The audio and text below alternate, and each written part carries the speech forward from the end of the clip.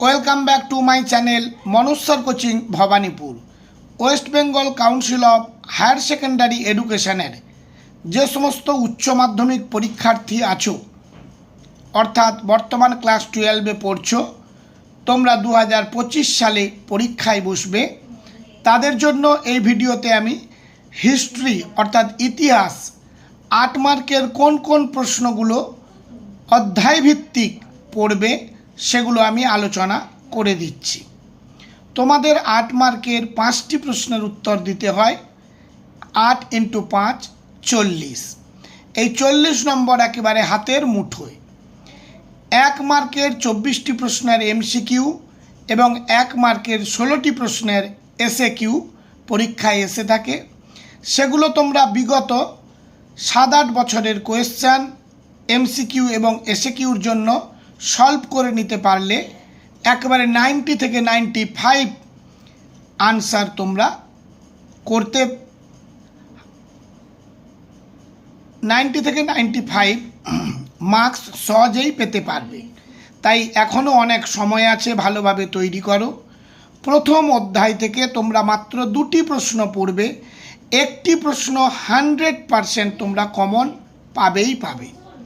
তার মধ্যে 1 নম্বর প্রশ্নটি ভেরি ইম্পর্ট্যান্ট। পেশাদার ইতিহাস বলতে কী বোঝো?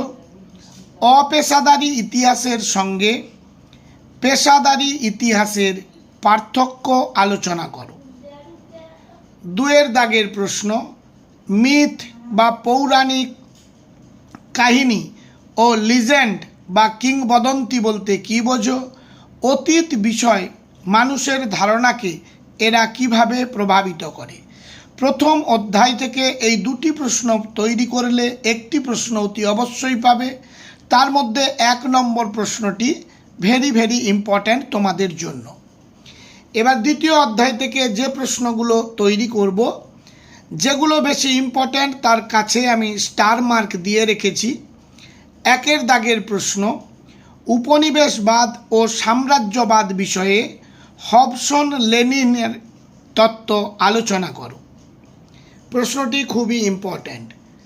2-এর দাগের প্রশ্ন, সাম্রাজ্যবাদ বলতে কী বোঝো?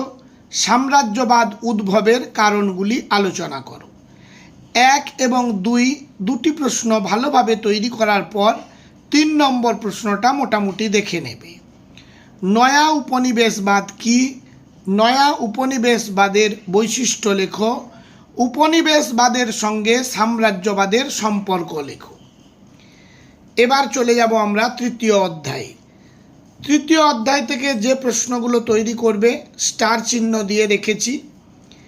1 নম্বর প্রশ্ন, ইস্ট ইন্ডিয়া কোম্পানির আমলে ভারতের ভূমি রাজস্ব ব্যবস্থার বর্ণনা দাও। এবং 2-এর প্রশ্ন, চিরস্থায়ী বন্দোবস্তের বৈশিষ্ট্য, শর্ত, সুফল ও কুফল আলোচনা করো।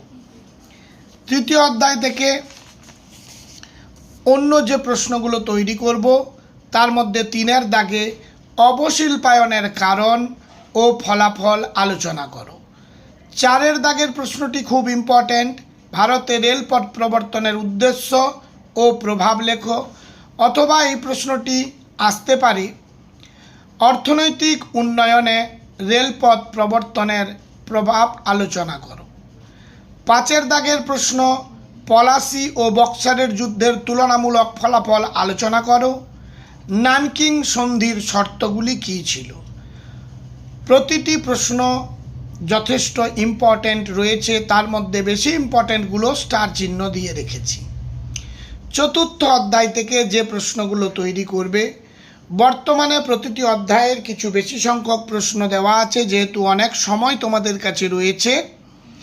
পরে আবার এই অধ্যায় থেকে এই প্রশ্নগুলোই থাকবে, কিন্তু প্রশ্নগুলো কিছু কম করে দেওয়া হবে। 4র্থ অধ্যায় থেকে তোমরা তৈরি করবে 1-এর দাগ, চীনের চৌঠা মে আন্দোলনের কারণ ও প্রভাব লেখো, ইম্পর্ট্যান্ট। 2-এর দাগের প্রশ্ন, 19 শতকে ভারতের মধ্যবিত্ত শ্রেণীর উদ্ভবের কারণ লেখো। ভারতীয় জাতীয়তাবাদ বিকাশে এদের অবদান কী ছিল? 3-এর দাগের প্রশ্ন, বাংলার নবজাগরণের প্রকৃতি আলোচনা করো। সীমাবদ্ধতা সহ। 4 দাগের প্রশ্ন, আলিগড় আন্দোলনের সংক্ষিপ্ত পরিচয় দাও। এই আন্দোলনে স্যার সৈয়দ আহমেদের ভূমিকা লেখো। 5 দাগের প্রশ্ন, সমাজ ও শিক্ষা সংস্কারে রাজা রামমোহন রায়ের অবদান আলোচনা করো। এই 5টি প্রশ্ন 4র্থ অধ্যায় থেকে তোমরা তৈরি করবে। তার মধ্যে বেশি ইম্পর্ট্যান্ট হলো 1, 3, 4, 5। 5ম অধ্যায় থেকে, কারণ তোমাদের 2টি বিভাগে প্রশ্ন থাকবে। ক বিভাগ থেকে যে কোনো 2টি প্রশ্ন, খ বিভাগ থেকে 2টি প্রশ্ন নিয়ে মোট 5টি প্রশ্নের উত্তর দাও, এইভাবে নির্দেশ দেওয়া থাকে। অর্থাৎ ক বিভাগে 2টি প্রশ্ন করার পর, খ বিভাগ থেকে 2টি প্রশ্ন করার পর বাকি একটি প্রশ্ন যে কোনো বিভাগ থেকে তোমরা করতে পারবে। 5ম অধ্যায় থেকে যে প্রশ্নগুলো তৈরি করবে, 1 নম্বর প্রশ্ন, রাওলাট আইন প্রণয়নের উদ্দেশ্য কী ছিল? গান্ধীজি এই আইনের বিরোধিতা কেন করেছিলেন? 2 দাগের প্রশ্ন, ভেরি ভেরি ইম্পর্ট্যান্ট, কোন পরিস্থিতিতে মিরাট ষড়যন্ত্র মামলা শুরু হয়? এর ফলাফল কী ছিল? এর প্রেক্ষাপট ও পরিণতি আলোচনা করো। 3 দাগের প্রশ্ন, বাংলায় 50-এর মন্বন্তরের কারণ ও ফলাফল আলোচনা করো। পরবর্তী 4 দাগের প্রশ্ন, জালিয়ানওয়ালাবাগ এর হত্যাকাণ্ডের প্রেক্ষাপট, গুরুত্ব ও ভারতীয়দের প্রতিক্রিয়া সম্পর্কে আলোচনা করো। 5 দাগের প্রশ্ন, মন্টেগু চেমসফোর্ড সংস্কার আইনের বৈশিষ্ট্যগুলি আলোচনা করো। এই আইনের ত্রুটিগুলি কি কি ছিল? 6ষ্ঠ অধ্যায় থেকে যে প্রশ্নগুলো তৈরি করবে, তার মধ্যে 1 দাগ, মন্ত্রী মিশনের পরিকল্পনা কী ছিল? এর উদ্দেশ্য ও প্রভাব আলোচনা করো। 2 দাগের প্রশ্ন, ভেরি ভেরি ইম্পর্ট্যান্ট, ভারত ছাড়ো আন্দোলনের প্রেক্ষাপট আলোচনা করো। এই আন্দোলনে নারীবাদের অংশগ্রহণ সম্পর্কে লেখো। 3 দাগের প্রশ্ন, ভারতের মুক্তি আন্দোলনে নেতাজি সুভাষচন্দ্রের ভূমিকা লেখো। এই 6ষ্ঠ অধ্যায় থেকে তোমরা 2 এবং 3 প্রশ্ন খুব ভালোভাবে তৈরি করবে। এর মধ্যে একটি প্রশ্ন তোমরা কমন পাবেই পাবে। এবার চলে যাচ্ছি 7ম অধ্যায়। 1 দাগের প্রশ্ন, হো চি মিনের নেতৃত্বে স্বাধীন ভিয়েতনাম কিভাবে গঠিত হয়েছিল? প্রশ্নটি খুবই ইম্পর্ট্যান্ট। 2 দাগের প্রশ্ন, ট্রুম্যান নীতি ও মার্শাল পরিকল্পনা সংক্ষেপে লেখো। 3 দাগের প্রশ্ন, সুয়েজ সংকট কেন দেখা দিয়েছিল? এই সংকটে ভারতের ভূমিকা কী ছিল? 4 দাগের প্রশ্ন, মাও সেতুংয়ের নেতৃত্বে কিভাবে চীনের সমাজতন্ত্র প্রতিষ্ঠা হয়েছিল? 1 থেকে 4 পর্যন্ত প্রতিটি প্রশ্ন খুবই ইম্পর্ট্যান্ট। এর মধ্যে কমন তোমরা পাবে। সাপোর্টিং প্রশ্ন হিসেবে তোমরা দেখে নেবে 5 দাগের প্রশ্ন এবং 6 দাগের প্রশ্ন। ঠান্ডা লড়াইয়ের কারণ ও ফলাফল আলোচনা করো। জোট নিরপেক্ষ আন্দোলন কি? এর উদ্দেশ্যগুলি আলোচনা করো। এবার লাস্ট অধ্যায়, 8ম অধ্যায়, সেখান থেকে যে প্রশ্নগুলো তোমরা তৈরি করবে, 1 দাগের প্রশ্ন, স্বাধীন বাংলাদেশের উত্থানে শেখ মুজিবুর রহমানের ভূমিকা আলোচনা করো। 2 দাগের প্রশ্ন, স্বাধীন ভারতের পরিকল্পিত অর্থনীতির সূচনা হয় কিভাবে? প্রথম 3টি পরিকল্পনা সম্পর্কে আলোচনা করো। ভারতের পঞ্চবার্ষিকী পরিকল্পনা গ্রহণ করার কারণ কী ছিল? 3 দাগের প্রশ্ন ইম্পর্ট্যান্ট, স্বাধীন ইন্দোনেশিয়া গঠনে ডক্টর সুকর্ণের ভূমিকা আলোচনা করো। 4 দাগের প্রশ্ন, ভারতের অর্থনৈতিক উদারীকরণ নীতি গ্রহণের কারণ কি? এই কর্মসূচির পরিচয় দাও।